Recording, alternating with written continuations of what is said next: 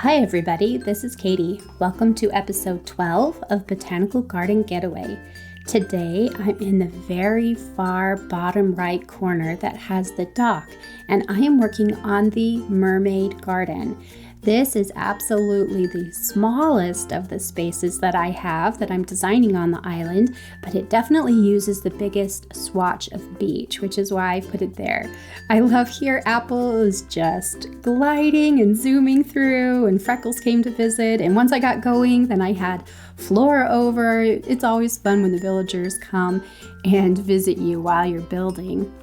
As I'm starting in the area, I'm putting just a little bit of some basic beach space down here so that it kind of fills the transition from the park area above to this one below. And I'm also mapping out where the palm trees are gonna go. There's not a lot of room for stuff down here. You can see I've got these shell arches, and I thought they were gonna go on the exit and entrance, but once I got them in place, they just looked sort of awkward. So I decided to wait and put them someplace else.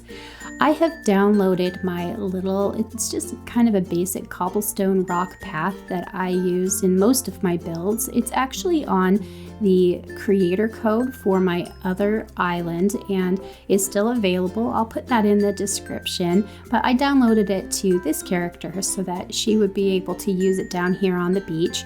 I really like the way that this rock path looks on the beach, and I wanted to be able to create a kind of a platform for some of the decorations that would be going in place. Obviously, we're going to be using a lot of the mermaid items, and I just wanted something with a really basic tone here. I've also downloaded from the other character my mermaid tile that I've used in the past, and I really love the way that it looked on the dock. I wasn't sure if it was going to work when I started, but it was really beautiful here. And when I do the nighttime tour, you'll see this particular pattern. I don't know, it almost glows when you get it in the moonlight, which is kind of fun. So I'm definitely using this nice long dock as a major portion of the decorating space for the mermaid area. And so I went ahead and put the couch down there, and I'm just trying to decide where some of these really beautiful decorations are going to go.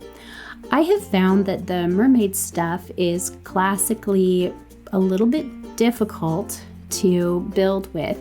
It's naturally beautiful. Absolutely some of my favorite colors, and it's really well made. The items are amazing, but they don't necessarily flow or coordinate easily into the kind of green brown tone beach and grass islands that we have. And so you really have to be careful how much of it you use and where you put it.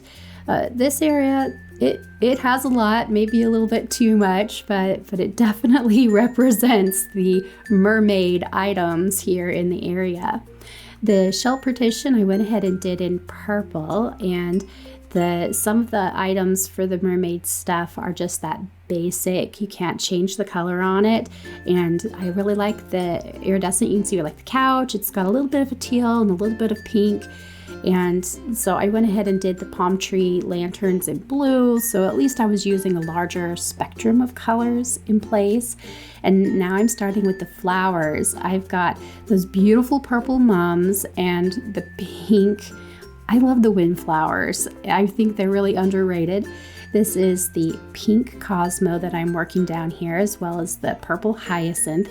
This area really has some of the top tier flowers that I enjoy in the game. And I don't know why they all ended up in one spot, but at least the purple hyacinth, purple mum, and the pink windflower are definitely probably 3 on my top 5 flower list for the colors that we use. And here you can see I just decided to continue the path so that it would go all the way down to the dock. I really liked when I did that, and I really like that the path kind of comes up to a point so that it's not just perfect and straight. It's just a little bit more organic in the way that it moves through the area. And I'm still just putting down some of those pretty little flowers up here in the grass too, so it would help tie the colors together.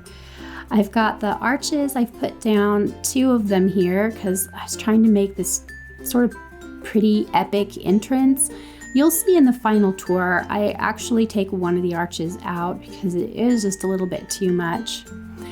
As sort of a final touch with the lighting, I am putting in the Mermaid lamp, and that item is beautiful. I love the way that it glows at night in particular.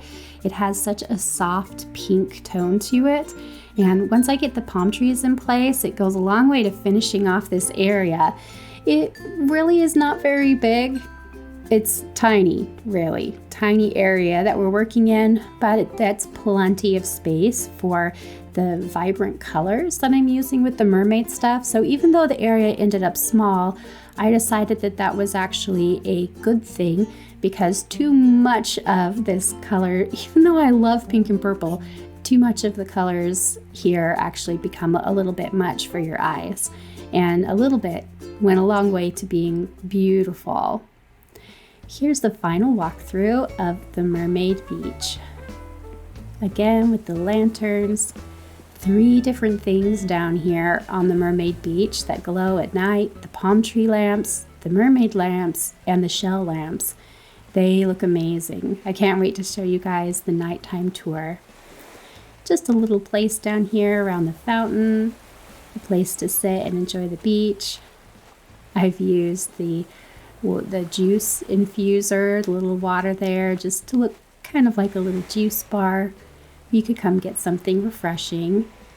And then out here onto the dock with that mermaid pattern. I love the way that it looks, and this fun place to really enjoy the ocean. I hope you guys found something useful here and that you continue creating in this game. Until next time, have the best Animal Crossing day.